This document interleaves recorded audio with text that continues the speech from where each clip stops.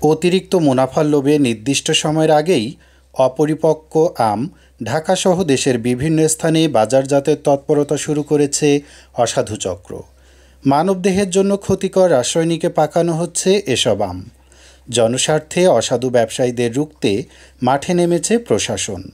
বিষাক্ত কেমিক্যালে পাকানো প্রায় ৯,০০০ কেজি আম ট্রাকে করে ঢাকায় নিয়ে যাওয়ার সময় জব্দ করে জনসম্মুখে ধ্বংস করেছে ভ্রাম্যমাণ আদালত।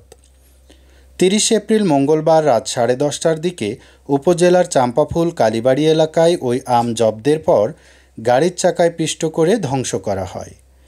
ভ্রাম্যমাণ আদালতের নির্বাহী ম্যাজিস্ট্রেট ও কালীগঞ্জ উপজেলা সহকারী কমিশনার ভূমি মোহাম্মদ আজাহার আলী জানান, গোপন সংবাদের ভিত্তিতে মঙ্গলবার দিবাগত রাত 10:30টার দিকে কালীবাড়ি বাজার এলাকায় অভিযান পরিচালনা করে ঢাকায় নিয়ে যাওয়ার প্রাক্কালে প্রায় ৯,০০০ কেজি গোবিন্দভোগ আম জব্দ করা হয়।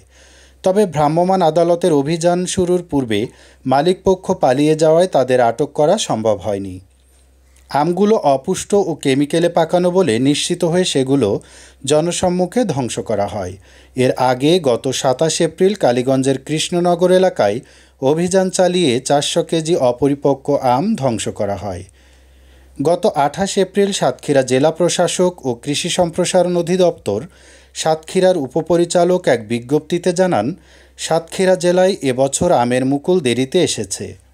এখন পর্যন্ত জেলার কোথাও গোবিন্দভোগ, হিমসাগর, ল্যাংড়া আম পরিপক্ক অবস্থায় উপনীত হয়নি। জেলা প্রশাসন ও কৃষি সম্প্রসারণ অধিদপ্তর সংশ্লিষ্ট সকলকে নিয়ে সভা করে আম সংগ্রহের ক্যালেন্ডার প্রকাশ করবে। সে মোতাবেক গাছ থেকে আম সংগ্রহ ও বাজারজাত করতে হবে। অসৎ উপায় অবলম্বনে পাকানো অপরিপক্ক আম খাদ্য হিসেবে গ্রহণে ঝুঁকি রয়েছে জানিয়ে সবাইকে সতর্কতা অবলম্বনের অনুরোধ জানানো হয়েছে।